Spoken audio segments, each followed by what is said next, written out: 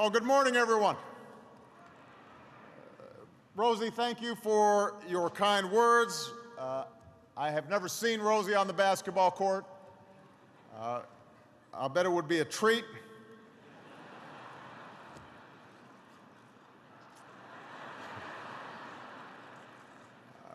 Rosie, you've been a dear friend of mine for a long time and a tireless advocate for the unbreakable bonds between Israel and the United States.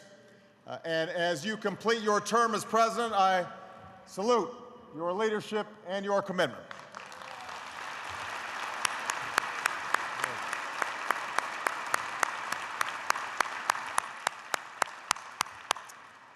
I want to thank the board of directors. As always, I'm glad to see my longtime friends in the Chicago delegation. I also want to thank the member of Congress who are here with us today and who will be speaking to you over the next few days. You've worked hard to maintain the partnership between the United States and Israel. And I especially want to thank my close friend and leader of the Democratic National Committee, Debbie Wasserman Schultz.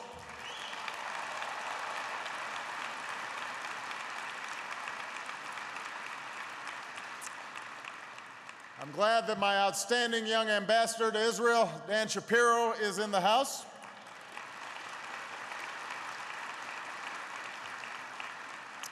I understand that Dan is perfecting his Hebrew on his new assignment, and I appreciate his constant outreach to the Israeli people. And I'm also pleased that we're joined by so many Israeli officials, including Ambassador Michael Oren.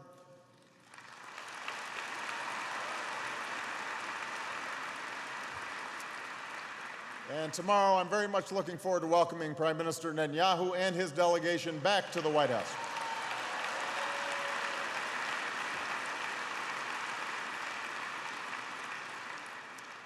Every time I come to AIPAC, I'm especially impressed to see so many young people here.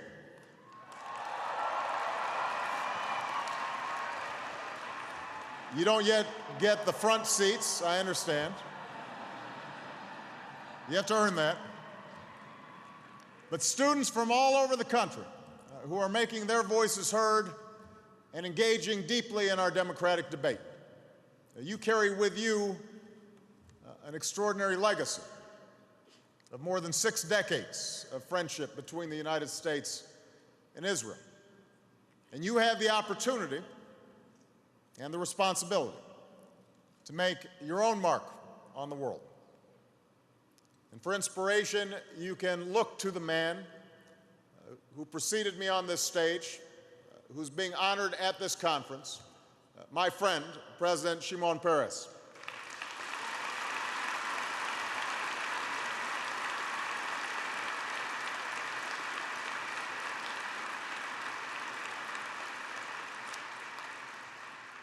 Shimon was born a world away from here, in a shtetl in what was then Poland, a few years after the end of the First World War. But his heart was always in Israel, the historic homeland of the Jewish people. And when he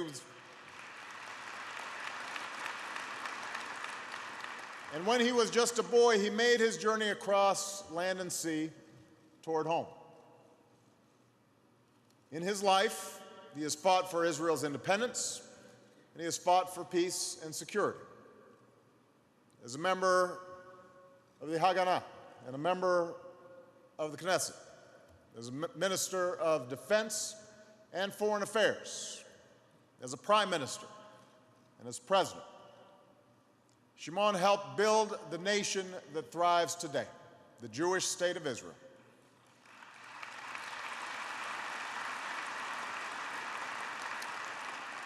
But beyond these extraordinary achievements, he has also been a powerful moral voice that reminds us that right makes might, not the other way around.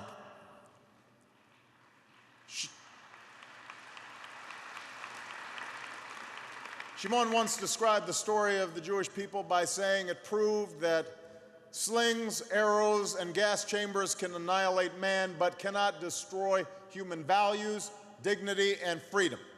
And he has lived those values.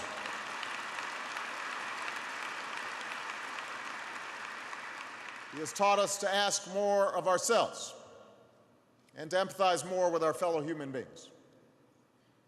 I am grateful for his life's work and his moral example. And I'm proud to announce that later this spring, I will invite Shimon Peres to the White House to present him with America's highest civilian honor, the Presidential Medal of Freedom.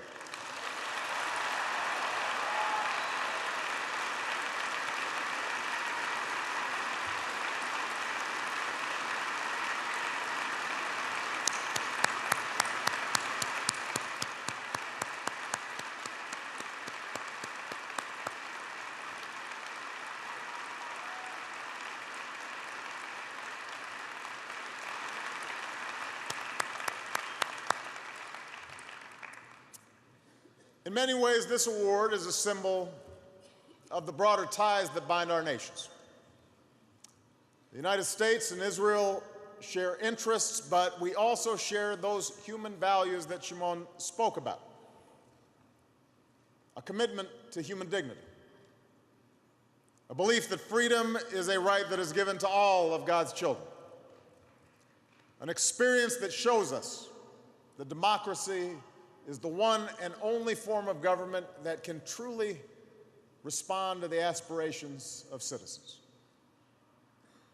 America's founding fathers understood this truth, just as Israel's founding generation did.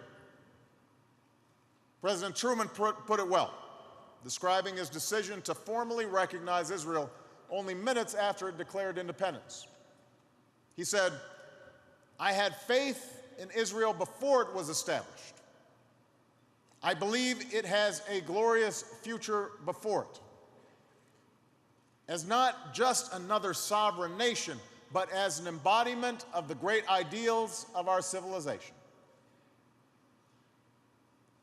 For over 6 decades, the American people have kept that faith. Yes, we are bound to Israel because of the interests that we share in security for our communities, prosperity for our people, the new frontiers of science that can light the world. But ultimately, it is our common ideals that provide the true foundation for our relationship. That is why America's commitment to Israel has endured under Democratic and Republican presidents and congressional leaders of both parties.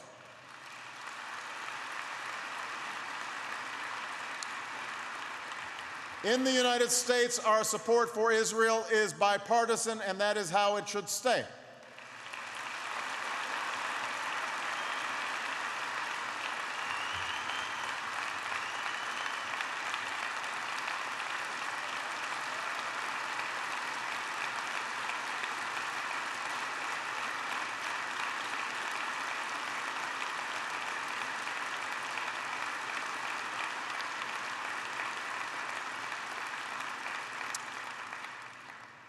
AIPAC's work continually nurtures this bond.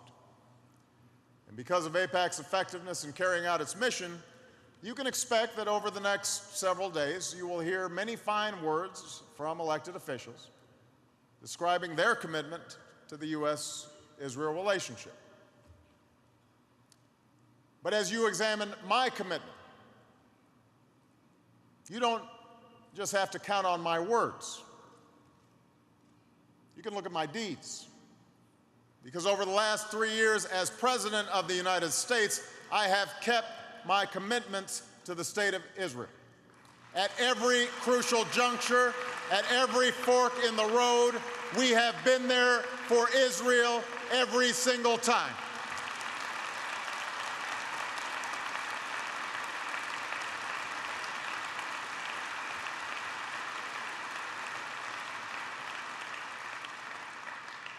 Four years ago, I stood before you and said that Israel's security is sacrosanct. It is non-negotiable. That belief has guided my actions as president. The fact is, my administration's commitment to Israel's security has been unprecedented. Our military and intelligence cooperation has never been closer. Our joint exercises and training have never been more robust. Despite a tough budget environment, our security assistance has increased every single year. We are investing in new capabilities. We're providing Israel with more advanced technology, types of products and systems that only go to our closest friends and allies. And make no mistake, we will do what it takes to preserve Israel's qualitative military edge, because Israel must always have the ability to defend itself by itself against any threat.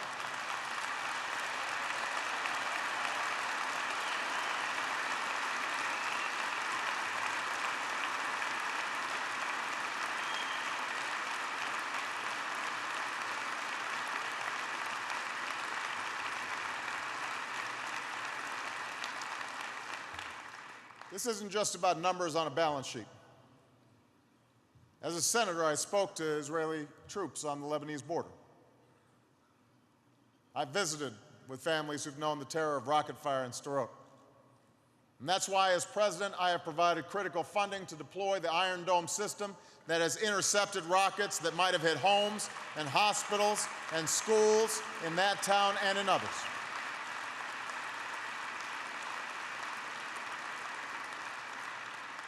Now our assistance is expanding Israel's defensive capabilities so that more Israelis can live free from the fear of rockets and ballistic missiles. Because no family, no citizen should live in fear. And just as we've been there with our security assistance, we've been there through our diplomacy. When the Goldstone report unfairly singled out Israel for criticism, we challenged it.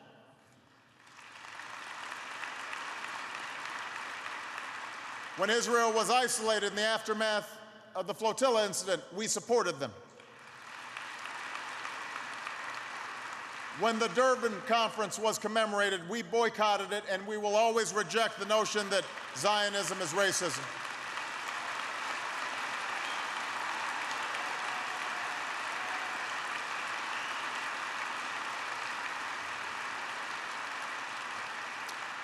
When one-sided resolutions are brought up at the Human Rights Council, we oppose them. When Israeli diplomats feared for their lives in Cairo, we intervened to save them. When there are efforts to boycott or divest from Israel, we will stand against them. And whenever an effort is made to delegitimize the state of Israel, my administration has opposed them.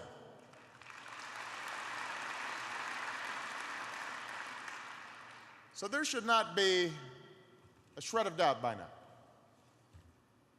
When the chips are down, I have Israel's back.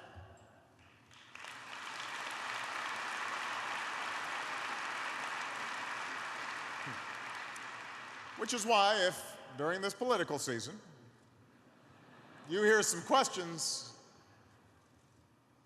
regarding my administration's support for Israel, remember that it's not backed up by the facts. And remember that the U.S.-Israel relationship is simply too important to be distorted by partisan politics. America's national security is too important. Israel's security is too important.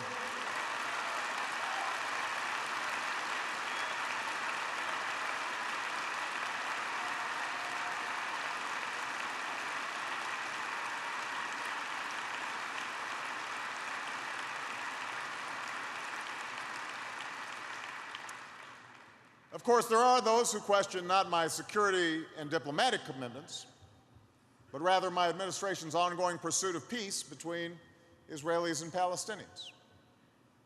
So let me say this. I make no apologies for pursuing peace.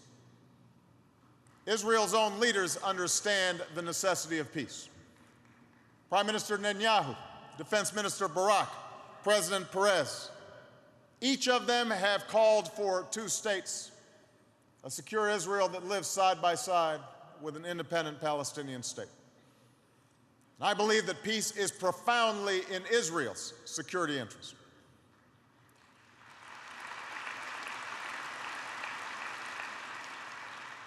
The reality that Israel faces, from shifting demographics to emerging technologies to an extremely difficult international environment, demands a resolution of this issue. And I believe that peace with the Palestinians is consistent with Israel's founding values because of our shared belief in self-determination, and because Israel's place as a Jewish and democratic state must be protected.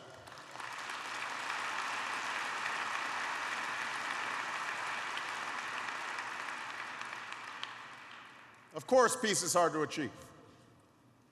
There's a reason why it's remained elusive for 6 decades.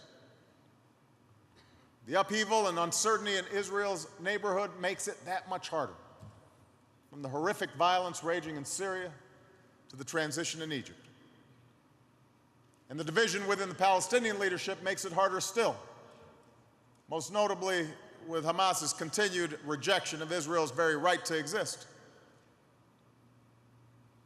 But as hard as it may be, we should not and cannot give in to cynicism or despair. The changes taking place in the region make peace more important, not less. And I've made it clear that there will be no lasting peace unless Israel's security concerns are met.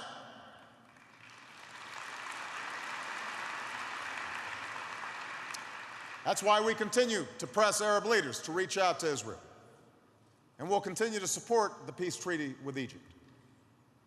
That's why, just as we encourage Israel to be resolute in the pursuit of peace, we have continued to insist that any Palestinian partner must recognize Israel's right to exist and reject violence and adhere to existing agreements.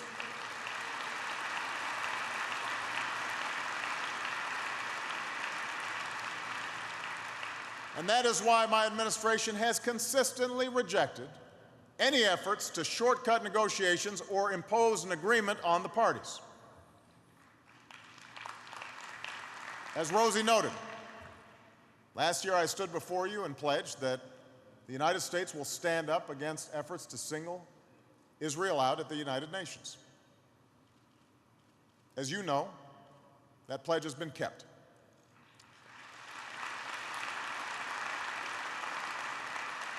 Last September, I stood before the United Nations General Assembly and reaffirmed that any lasting peace must acknowledge the fundamental legitimacy of Israel and its security concerns. I said that America's commitment to Israel's security is unshakable. Our friendship with Israel is enduring, and that Israel must be recognized. No American president has made such a clear statement about our support for Israel at the United Nations at such a difficult time. People usually give those speeches before audiences like this one, not before the General Assembly.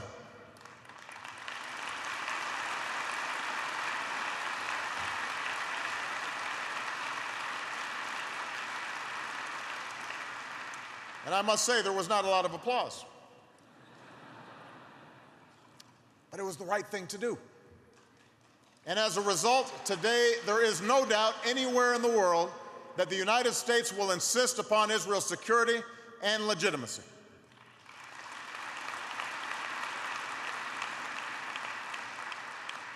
That will be true as we continue our efforts to pursue in the pursuit of peace, and that will be true when it comes to the issue that is such a focus for all of us today: Iran's nuclear program, a threat that has the potential to bring together the worst rhetoric about Israel's destruction with the world's most dangerous weapons.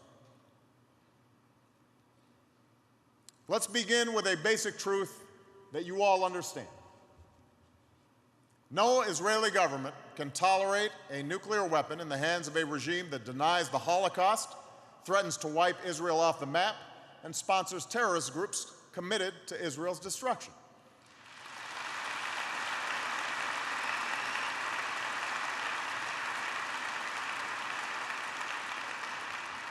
And so I understand the profound historical obligation that weighs on the shoulders of Bibi Netanyahu and Ehud Barak and all of Israel's leaders. A nuclear-armed Iran is completely counter to Israel's security interests, but it is also counter to the national security interests of the United States.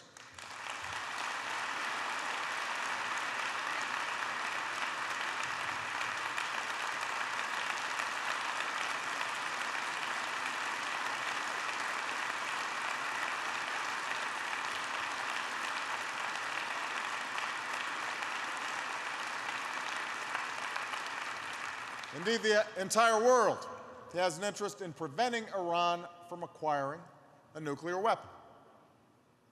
A nuclear-armed Iran would thoroughly undermine the non-proliferation regime that we've done so much to build. There are risks that an Iranian nuclear weapon could fall into the hands of a terrorist organization. It is almost certain that others in the region would feel compelled to get their own nuclear weapon, triggering an arms race in one of the world's most volatile regions. It would embolden a regime that has brutalized its own people. And it would embolden Iran's proxies, who have carried out terrorist attacks from the Levant to Southwest Asia. And that is why, 4 years ago, I made a commitment to the American people and said that we would use all elements of American power to pressure Iran and prevent it from acquiring a nuclear weapon. And that is what we have done.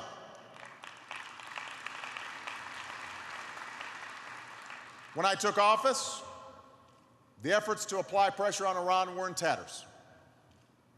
Iran had gone from 0 centrifuges spinning to thousands without facing broad pushback from the world. In the region, Iran was ascendant, increasingly popular and extending its reach. In other words, the Iranian leadership was united and on the move, and the international community was divided about how to go forward. And so from my very first months in office, we put forward a very clear choice to the Iranian regime. A path that would allow them to rejoin the community of nations if they meet their international obligations, or a path that leads to an escalating series of consequences if they don't. In fact, our policy of engagement, quickly rebuffed by the Iranian regime, allowed us to rally the international community as never before, to expose Iran's intransigence, and to apply pressure that goes far beyond anything that the United States could do on our own. Because of our efforts, Iran is under greater pressure than ever before. Some of you will recall, people predicted that Russia and China wouldn't join us to move towards pressure. They did. In 2010, the UN Security Council overwhelmingly supported a comprehensive sanctions effort. Few thought that sanctions could have an immediate bite on the Iranian regime. They have, slowing the Iranian nuclear program and virtually grinding the Iranian economy to a halt in 2011. Many questioned whether we could hold our coalition together as we moved against Iran's central bank and oil exports. But our friends in Europe and Asia and elsewhere are joining us. And in 2012, the Iranian government faces the prospect of even more crippling sanctions. That is where we are today, because of our work. Iran is isolated, its leadership divided and under pressure. And by the way, the Arab Spring has only increased these trends as the hypocrisy of the Iranian regime is exposed. And its ally, the Assad regime, is crumbling. Of course, so long as Iran fails to meet its obligations, this problem remains unresolved. The effective implementation of our policy is not enough. We must accomplish our objective. And in that effort, I firmly believe that an opportunity still remains for diplomacy, backed by pressure, to succeed. The United States and Israel both assess that Iran does not yet have a nuclear weapon, and we are exceedingly vigilant in monitoring their program.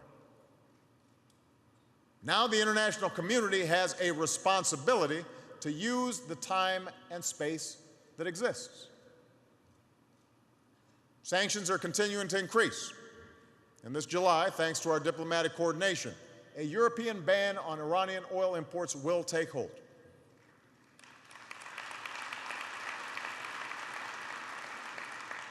Faced with these increasingly dire consequences, Iran's leaders still have the opportunity to make the right decision. They can choose a path that brings them back into the community of nations, or they can continue down a dead end. And given their history, there are, of course, no guarantees that the Iranian regime will make the right choice. But both Israel and the United States have an interest in seeing this challenge resolved diplomatically. After all, the only way to truly solve this problem is for the Iranian government to make a decision to forsake nuclear weapons. That's what history tells us. Moreover, as President and Commander-in-Chief, I have a deeply held preference for peace over war. I have sent men and women into harm's way. I've seen the consequences of those decisions in the eyes of those I meet who've come back gravely wounded, and the absence of those who don't make it home. Long after I leave this office, I will remember those moments as the most searing of my presidency.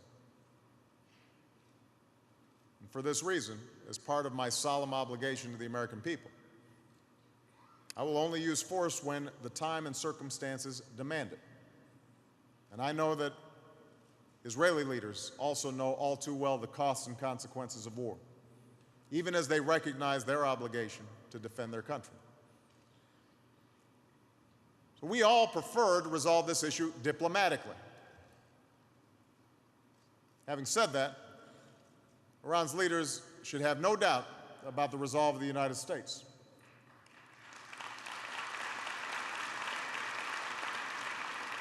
Just as they should not doubt Israel's sovereign right to make its own decisions about what is required to meet its security needs.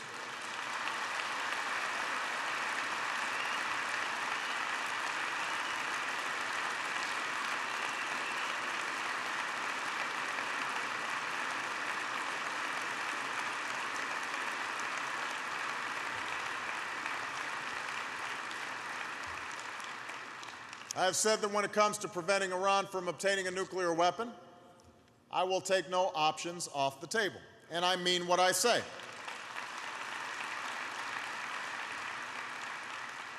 That includes all elements of American power.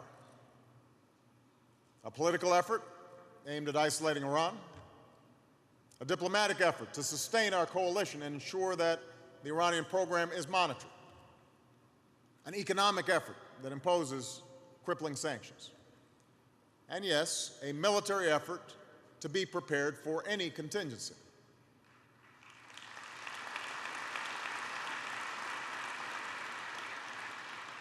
Iran's leaders should understand that I do not have a policy of containment. I have a policy to prevent Iran from obtaining a nuclear weapon.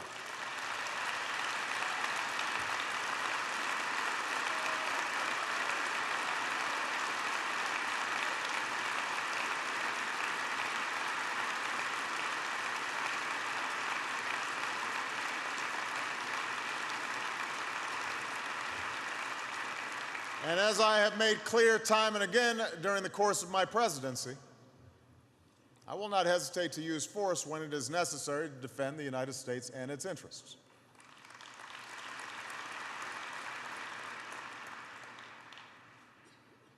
Moving forward, I would ask that we all remember the weightiness of these issues. The stakes involved for Israel, for America, and for the world. Already there's too much loose talk of war. Over the last few weeks, such talk has only benefited the Iranian government by driving up the price of oil, which they depend on to fund their nuclear program.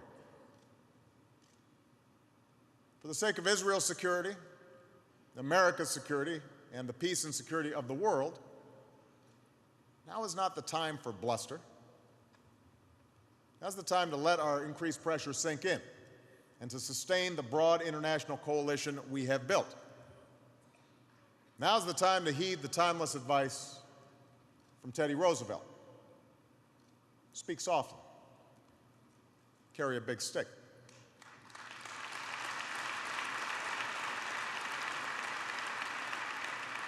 And as we do, rest assured that the Iranian government will know our resolve, that our coordination with Israel will continue.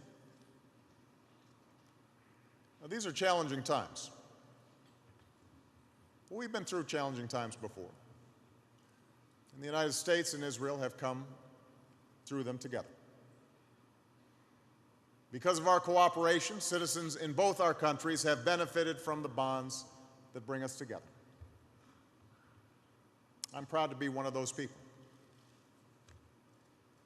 In the past, I've shared in this forum just why those bonds are so personal for me. The stories of a great uncle who helped liberate Buchenwald, to my memories of returning there with Elie Wiesel. From sharing books with President Perez, to sharing seders with my young staff, and a tradition that started on the campaign trail and continues in the White House. From the countless friends I know in this room, to the concept of tikkun olam that has enriched and guided my life.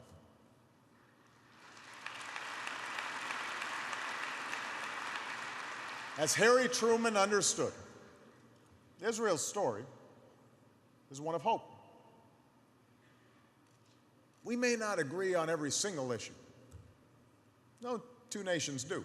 And our democracies contain a vibrant diversity of views. But we agree on the big things, the things that matter. And together, we are working to build a better world. One where our people can live free from fear. One where peace is founded upon justice. One where our children can know a future that is more hopeful than the present.